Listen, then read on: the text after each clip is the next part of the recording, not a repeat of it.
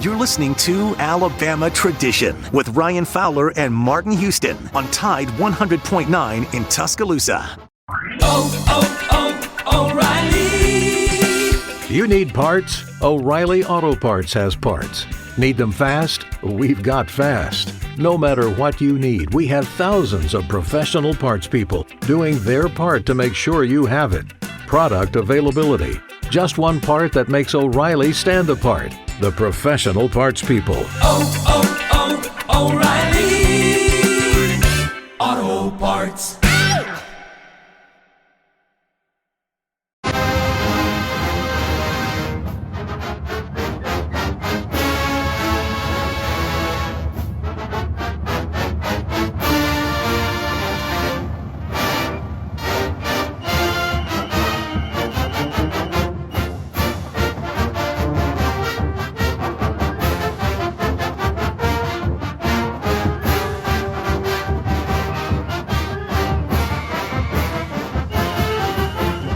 Sweet it is when you hear that fight song from the University of Alabama.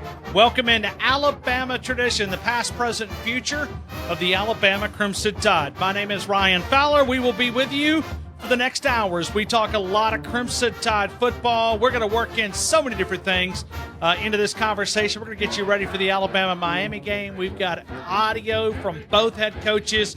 A lot of different conversations happening. Martin Houston, 1992 national champion winning fullback at the University of Alabama. We're going to talk with him as we welcome him into the conversation. Does mornings beginning at 6 a.m. here on Tide 100.9. Hey, Martin Houston, I hope all is well. Welcome in to Alabama Tradition.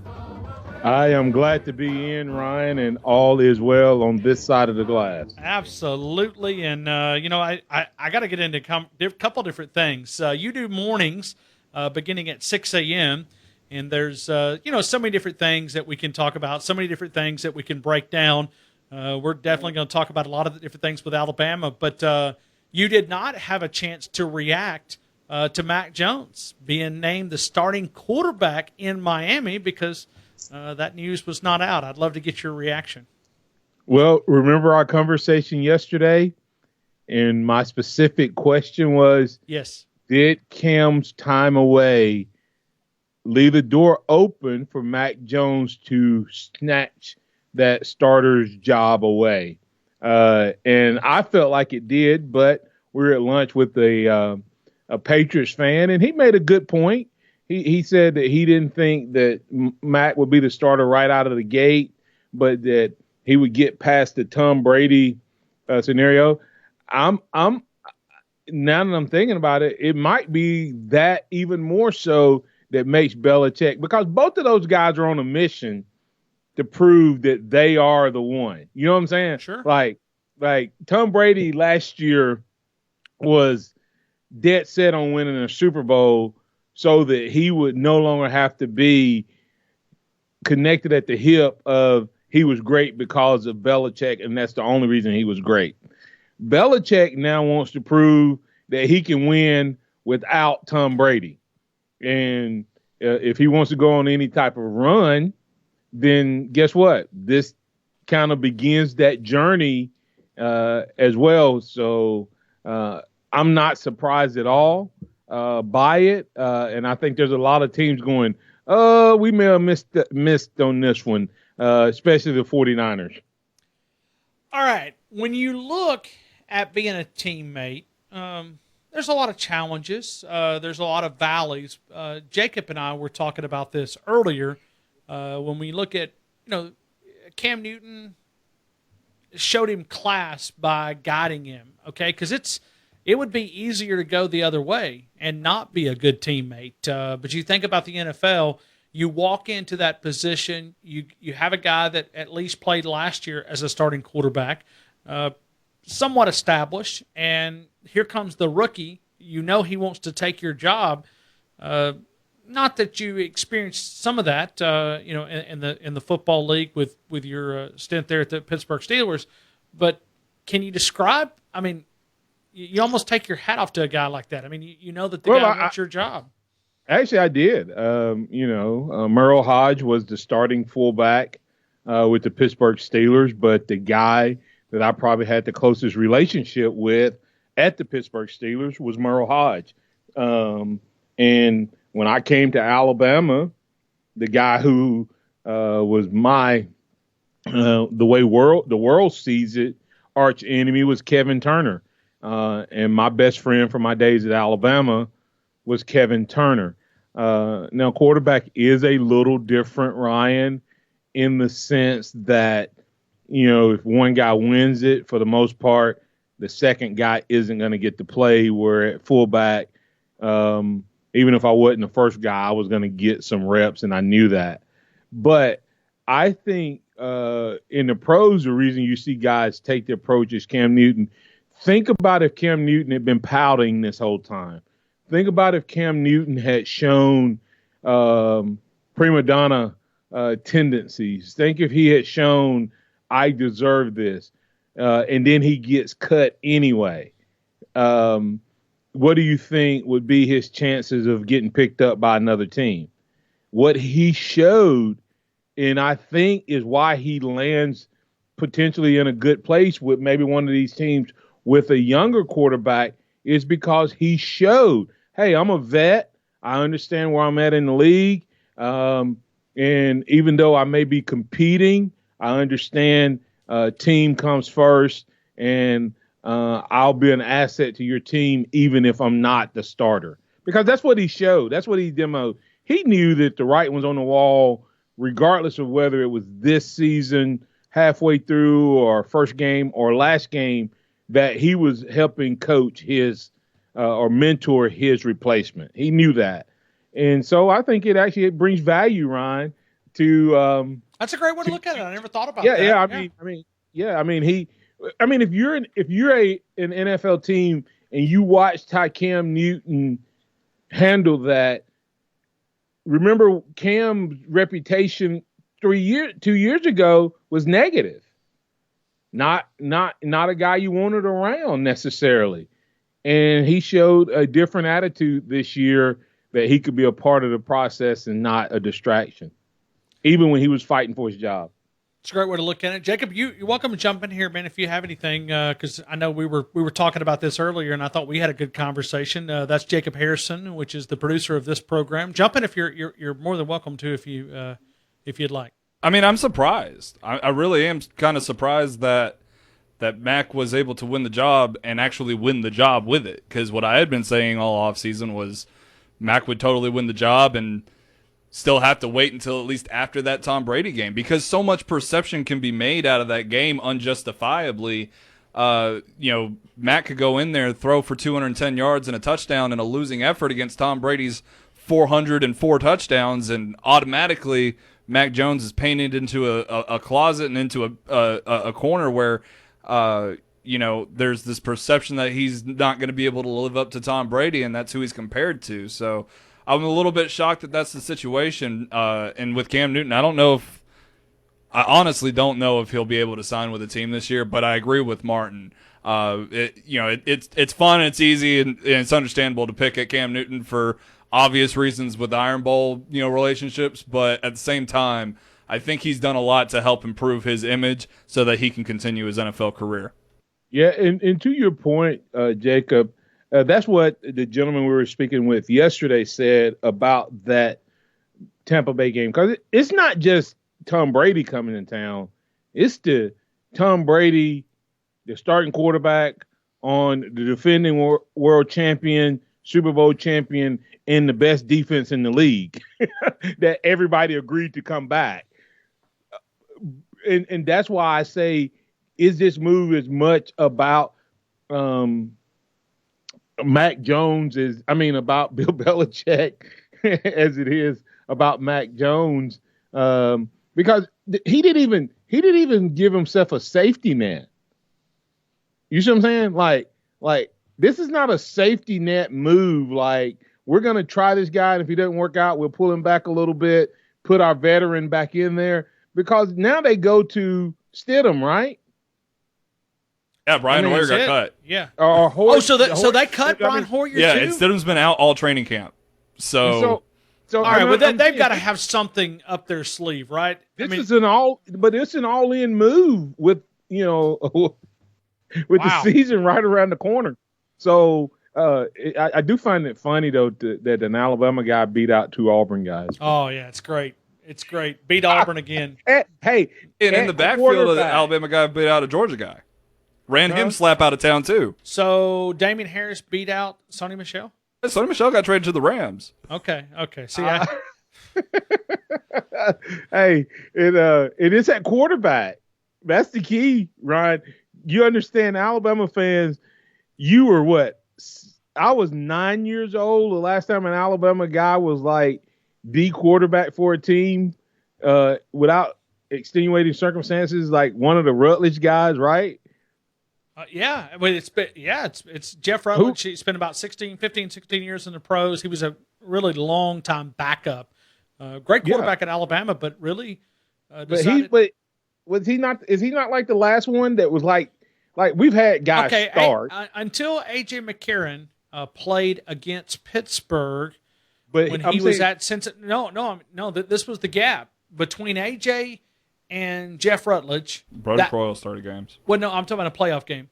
Okay. Yeah, so a playoff game. We had never had a quarterback that from Jeff Rutledge back whenever that was, all the way to A.J. McCarron, that big of a gap. Well, but here's my point. AJ and Brody, it was never their team. Like they were the second guy. Somebody got hurt and they started. And now we have three guys that were all here at the same time playing and competing against each other. Tell me competition doesn't make you better. So, Well, and Martin, interesting. I want to play Butch Jones's audio at some point. Jacob, I'm throwing him a curveball. I want you to listen to Butch Jones, and I think Jacob's ready to play this. Martin, listen to this. This is Butch Jones, who was an offensive analyst, and listen the way. Are you sitting down? Because I'm telling you, you're going to have a reaction because you can help us understand that player-coach relationship. Listen to Butch Jones describing Mac Jones. He checks a lot of boxes. The Arkansas State head coach that was an analyst here in Tuscaloosa. Incredible. I just texted him this morning. Just really, really, really proud of that young man. And I think it's a great illustration to everyone in the country.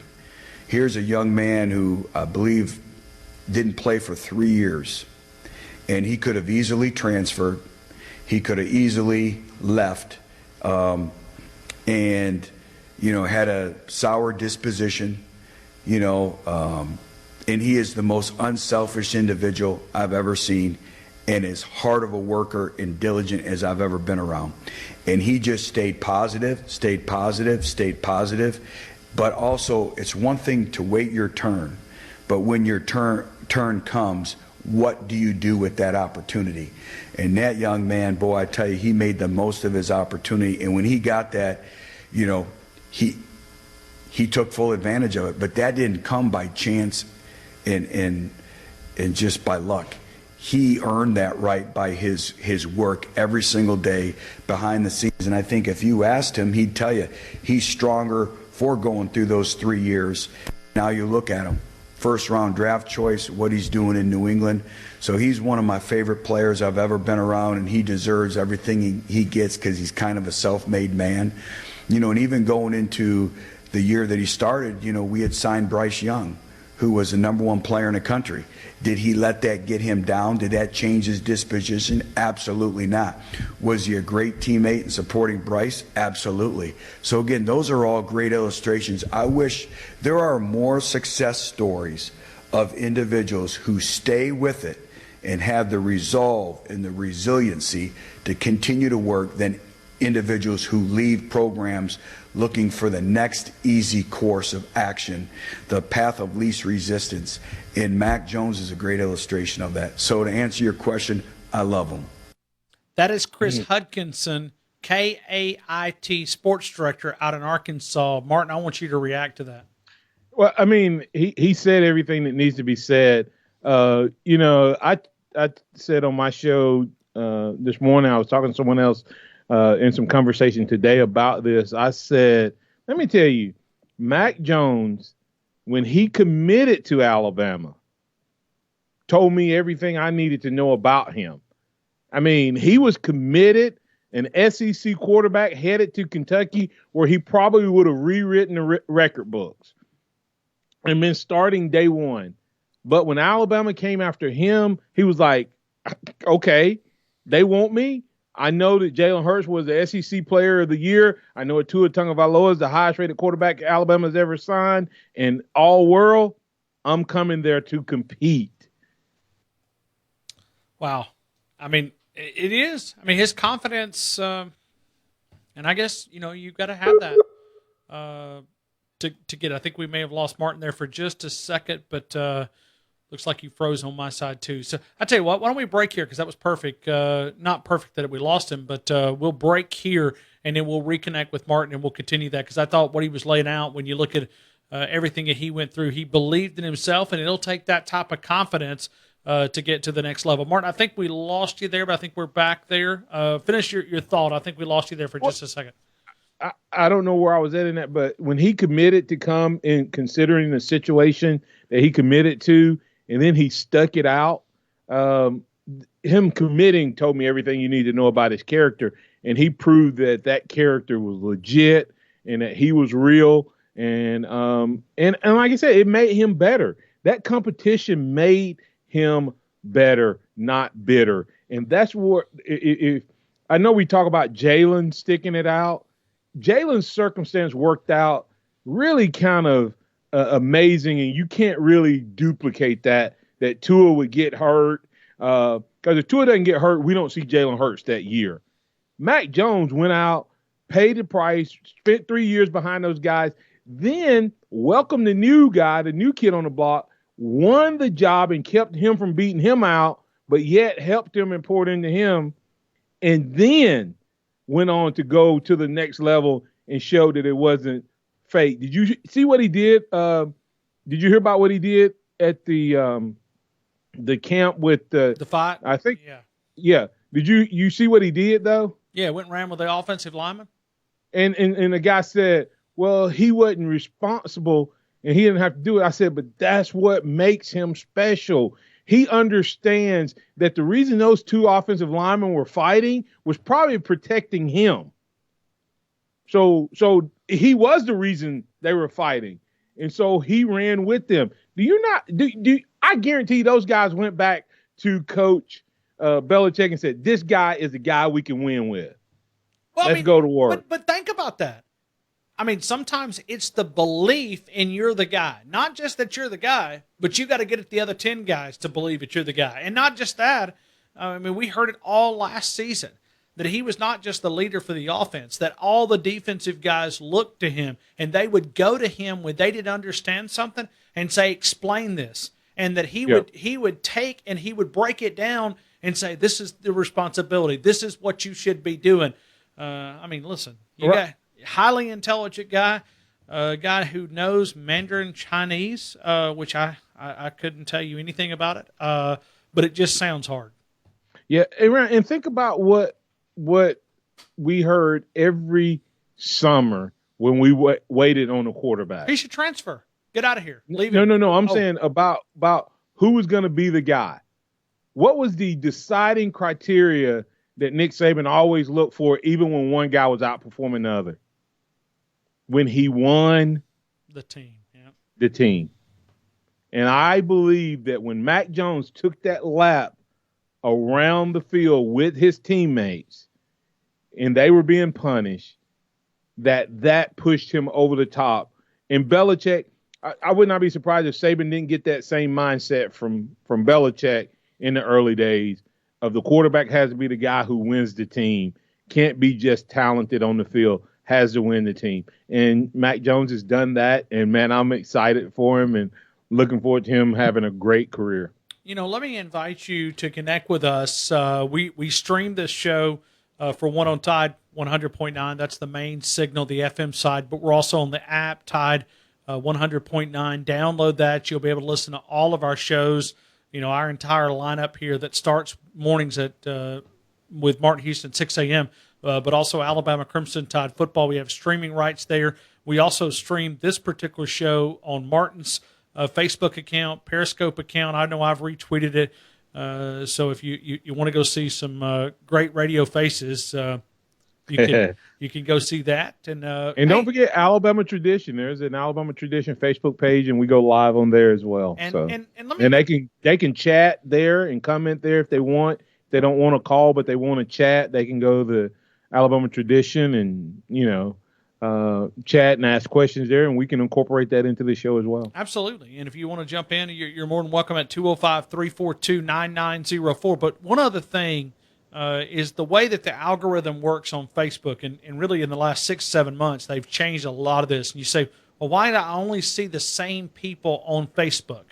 Well, because somehow they are able to recognize that you have a connection. Either you've liked a previous post. So if you see something at Martin Post or Tide or myself or anybody else, hit that like button. Man, we really appreciate it. Put us a Roll Tide in the comment, even if you don't have anything to say, because it builds that connection with Alabama content. We all put out a lot of Alabama content on our social networks. So if you get a chance, like something, hit it. Roll Tide. You don't have to say anything really that well, but you can welcome and jump in, and we greatly appreciate that. I'm going to ask you the same question that you and I have been talking about with Mac Jones. Do you feel like that Bryce Young has been able to do this? Because Nick Saban continues to give a boost of confidence. We'll talk about that coming up next right here on Alabama Tradition, the past, present, and future of the Alabama Crimson Tide.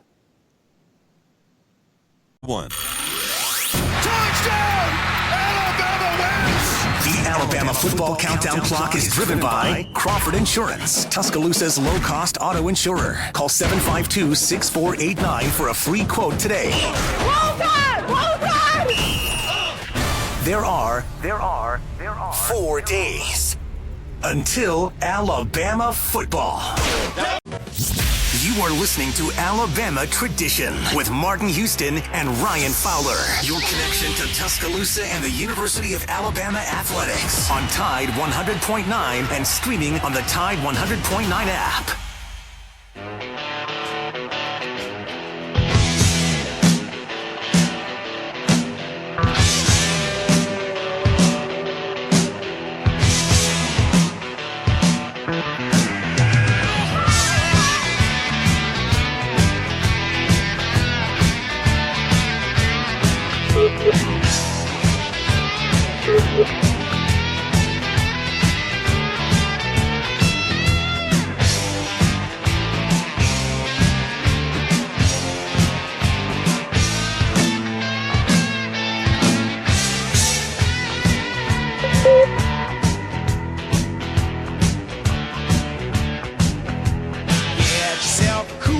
Hey, Jacob, do I need to take it?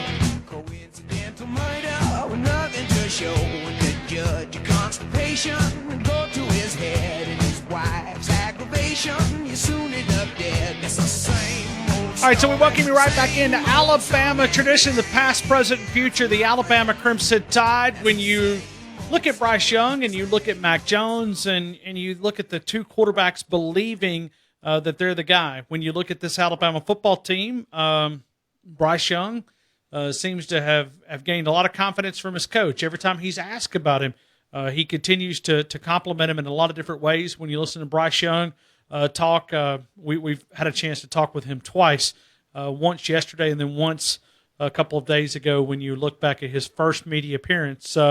Has Bryce Young done enough to build that same confidence that we were just talking about with Mac Jones? I think he has, and I think you'll see that pay off on Saturday afternoon. When you look at Bryce Young, has he been able to do the same thing? Martin Houston.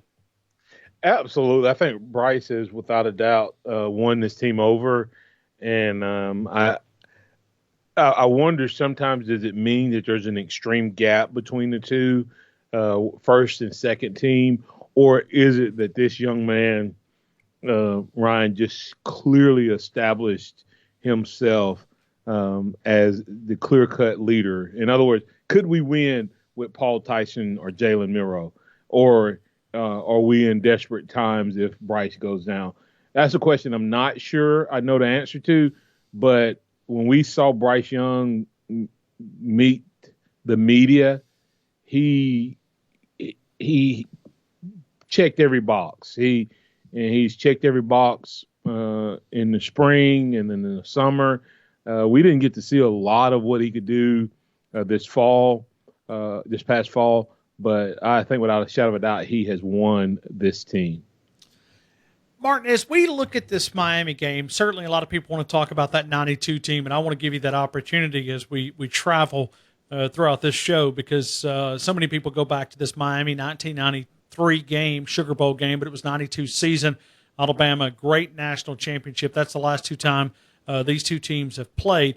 Also, I want to ask you, what do you think will be different about this team? What do you think the average fan – now, for you guys who played the game, y'all got to be able to analyze it from a different perspective. You'll be able to see things that most of us will not be able to see. But when you look at Bill O'Brien stepping in as the new OC, do you think we'll be able to identify a difference from last year to going into this year with Bryce Young and all these new pieces of the puzzle?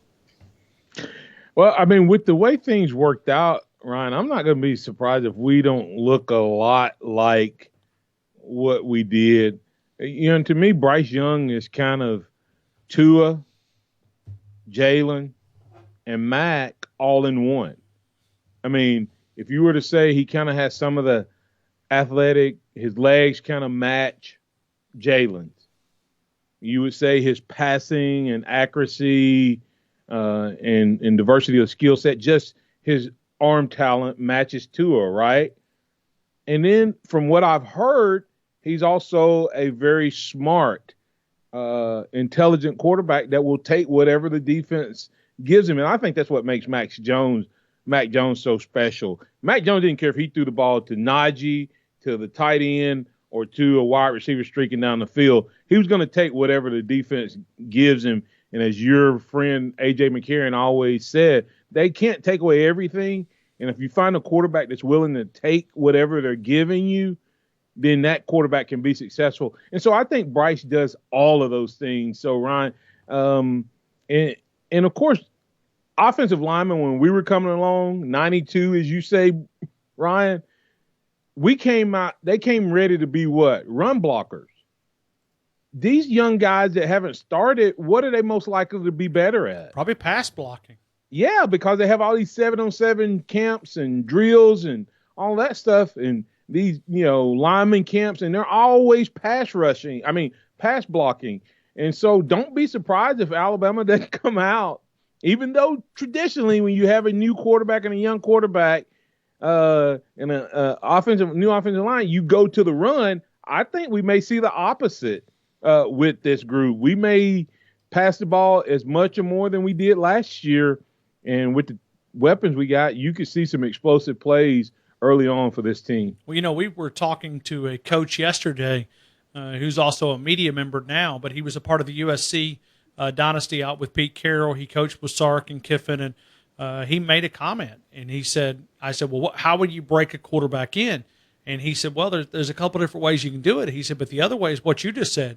He said, hey, get some wide receivers, go the go route, find one of those to get connected and build the momentum off of that. He said, you think of other ways. He said, but trust me, and I think the way that, and I'm not trying to put words in his mouth, but he said sometimes it can go the other way because a quarterback's smart enough to know what you're doing as well. So he said, come out and say, hey, I believe in you. Throw the football down the field. And he said, that gives him a big boost of confidence if you're able to connect with some of those. Ryan, would you say over or under? Bryce Young has thrown more passes than most guys have thrown that make it all the way to their first year of the NFL. Would you say he's already thrown that many passes in his young life? Probably so, yeah. Right? I would say so. I mean, yeah. I mean, so think about the coaching these guys get at the high school level, and then they get all the camps on top of that. And now he's going into his second year here where he's had a spring. This is his second spring, right? Even though he's typically he'd be in his first year, but this is his second spring, his second summer. I mean, And was he one of those that got a few reps even at the end of the season? I know Jalen did. I couldn't remember if he did. So he's as ready to pass as the quarterbacks who were starting, the third, fourth year guys that were starting in Alabama history in the past. He's already thrown more passes than they did, and he hadn't started a game. Going to be a lot of fun to see exactly what this team will look like. Let's break here, and I want to let you think about this for a couple of minutes. I want you to take me back to that 92 game. I know you tell me all types of stories about leading into that 92 game, and it's a lot of fun because we have spent probably more time in the last couple of weeks talking about that game because it's the last time these two historic programs have played one another, and it seems to be maybe a different perspective on this, but we'll talk more about that. Seems like Alabama's the 19.5, 20-point favorite, according to the experts in the desert, and that line has traveled up even in the last couple of hours. So I don't remember 92. Do you remember what the underdog was? I mean, were we that big of an underdog? I don't think we were that big, but we probably were close. We definitely were not anywhere. You were not accidentally going to find us as the favorite on any books. The only person who believed, Corky Simpson, Tucson, Arizona. Simpson. I called him Sparky the other day. Oh, you did? What? Now, hold on. Is it? It's Corky. Okay, yeah. okay. I'm not sure. Yeah. I was going to stand corrected. Arkansas. He was our grand marshal of the parade. Yes, he was. I can remember. Only guy that stuck with us. And he believed. And Coach Stallings. He didn't jump on the bandwagon at the end. He had believed in us kind of throughout the year. We'll continue with more. We're going to dive into this conversation. We're going to talk about that Alabama-Miami game as you listen to Alabama Tradition, the past, present, and future of the Alabama Crimson Tide. It's awesome. Having no fun. Have some fun, man. Talking Alabama Crimson Tide football on Alabama Tradition with Martin Houston and Ryan Fowler in Tuscaloosa on Tide 100.9 and streaming on the Tide 100.9 app.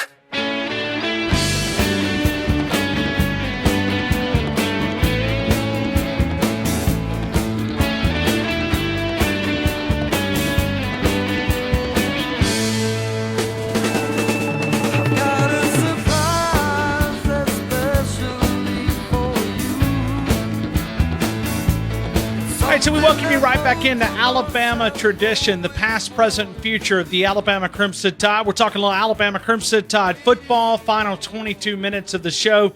But before we go back to Martin and myself of talking Alabama and Miami, Jacob, can you give us the list of all the guys that have been cut? Because it seems to be growing a little bit. I know you guys are working on it, Tide109.com. This is unfortunately, it's cut day for Alabama. There's been some pretty big names of guys that have been cut for Alabama, but can you kind of update us? Because it's a lengthy, not lengthy, but I think it's up to about 12, 13 guys right now. Yeah, well, 14. And 14 would be more than most colleges put together against Alabama. So it kind of is what it is, but a lot of these guys will go back to practice squads.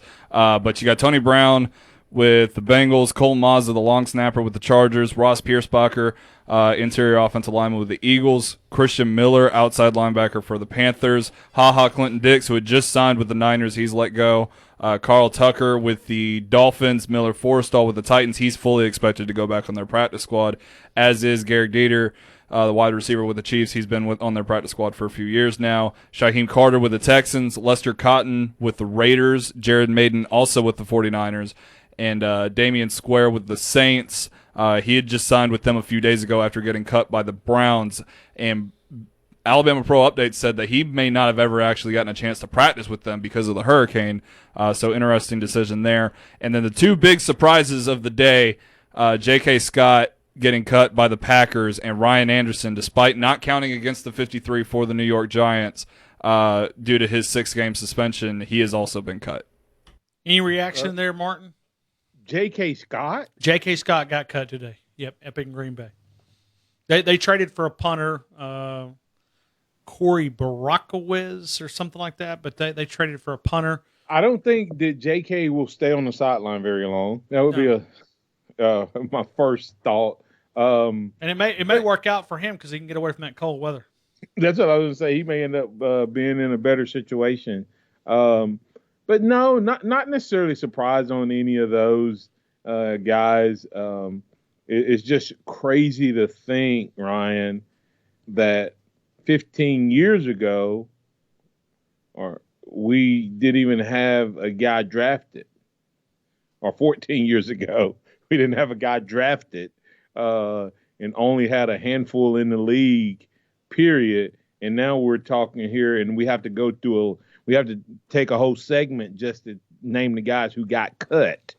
I think at one point, Ryan, Nick Saban could have added 10 more players, and he would have had an entire full opening camp roster of players. Wasn't it 80-something players in the league? It was, yeah. On the rosters? I mean, think about that for a second. 80-something players. So right now, how many have been cut? So right now, 14 guys that have been cut that are affiliated Total. with it. Yeah, that were Alabama. But some of these guys, as Jacob said, will go back to practice squad. So, but my point behind that, Ryan, is he still has a team and a half of roster, like a full roster, practice squad, and then another practice squad. And that's not counting the guys that got cut. And half of these guys are going to be, half of those guys you named are going to end up somewhere else when some other guy gets cut. Well, let me add this to it. That's not counting the cuts that happened last week. So you had Robert Foster. Well, Damian Square was cut then. So what the numbers? May be approaching. But 16 to 20, somewhere in that range. Yeah, something like that. So you still got almost 60 guys. You also got to remember that you got some guys on injured reserve as well. Yeah, there's a lot of guys on injured reserve, but about 4 guys last week plus Bo Scarborough in the first week. You're about 20 guys, and Alabama is still far and away better than even Ohio State, who's second behind them for the most active players. They've still got 4 more players on 3 more teams, but it's still 6 more players that are actually on contract. So, talking about the injured reserve thing, so many guys on injured reserve throws it off. Is this the final cut? This is final cut. This is final cut. So you're going to opening day roster. You'll almost have. I mean, you'll have more. I mean, as Martin was talking about, more than a roster. And good heavens, wow. Well, yeah, that's why he is the greatest recruiter in the land. He walks in and says, "Son, there's a real good chance if you do what you're supposed to do, you'll have a chance to play at the next level." Well, and there was a. I'm gonna see if I could find this image. Oh yeah, here it is. Phil Yates put up the 2000 Alabama football roster. Okay, this is 2018 here. 3 future NFL starting quarterbacks: Tua, Hurts, and Mac. 2 first-round running backs with Josh Jacobs and Najee Harris, plus Damian Harris there. 4 future first-rounders with Jerry Jeudy, Henry Ruggs, Jalen Waddle, Devontae Smith, and 4 other future first-round picks in Jedrick Wills, Alex Leatherwood, Patrick Surtain, and Quinton Williams. So, not too bad. Not too bad. Wow. Not bad at all. Martin, let's go back to New Orleans. And speaking of New Orleans, man, what the devastation there. Hopefully, those guys are able to recover at a very fast pace. They're our SEC brethren, and seeing what those guys went through. Certainly thinking about all those. I've been texting with people that are affiliated with our show and trying to check in with those guys down in Louisiana. And but I take you to New Orleans of '92. You guys were preparing to go play a championship on the first day of January of '93. And is there something that stands above the rest? I mean, there's probably a million different memories of that national championship, but is there something that stands above the rest? Any memory that is higher than the rest?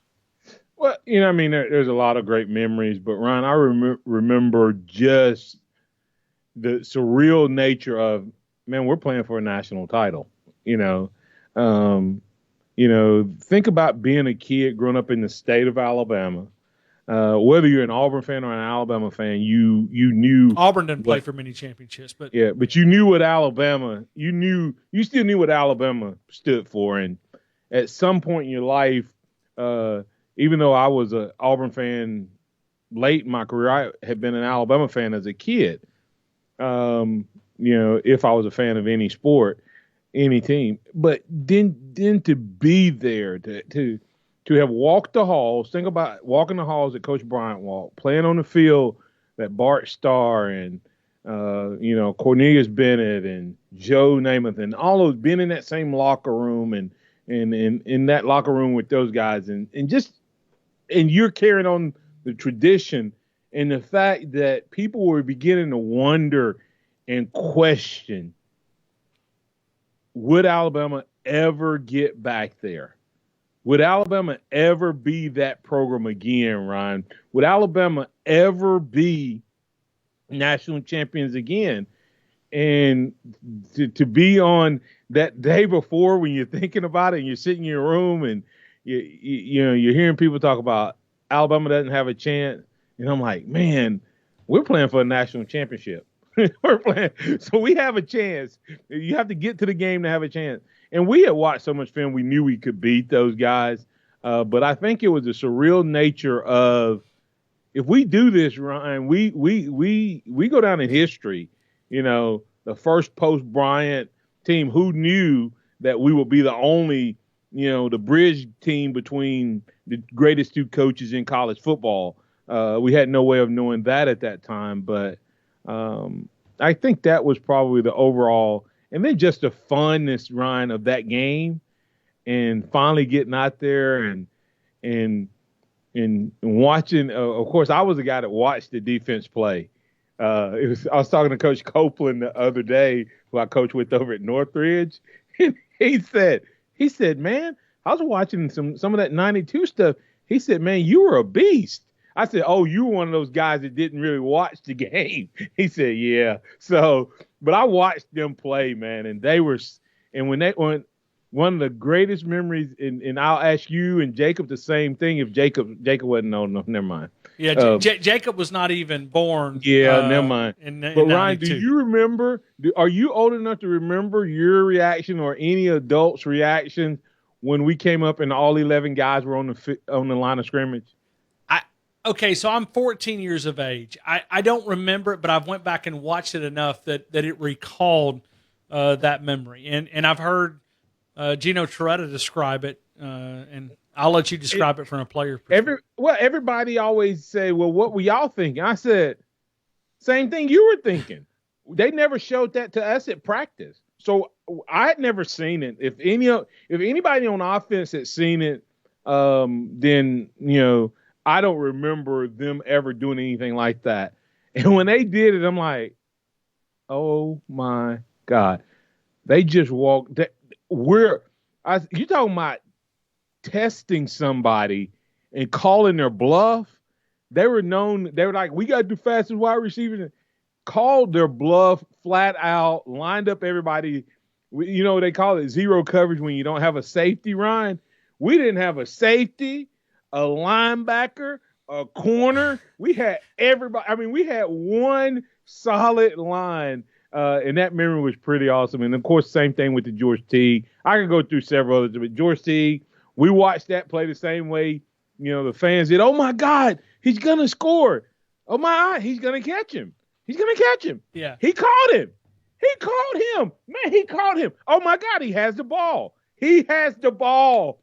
So we went through the whole thing. So same emotion because we were fans of each other. And that's what I think made that team so special, Ryan. We were kind of the seniors were kind of that Bill Curry team, that first full class he had ever recruited. And everybody dogged us and told us we were the worst class that Alabama had ever signed. So we kind of had a chip on our shoulder, and it all panned out that night down in New Orleans. Well, and somebody just told us that we were an 8-point underdog, that Miami was the 8-point favorite in that game. We were asking that question earlier because Alabama's now a 19.5. But I'll tell you my side of the version of the story, and I can almost tell you the same. The version's the same from the Florida side.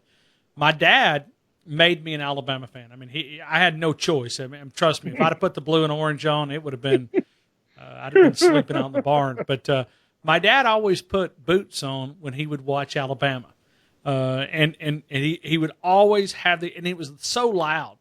And watching that game, I can still remember the location of where I was sitting and watching my dad prancing through the house with these cowboy boots on, because it was just so loud when he would stump. And when Langham did it at Legion Field, or when George, I mean, it just I can see my dad prancing through, because he had lived through the 70s, and as you said, reestablishing that Alabama tradition of winning.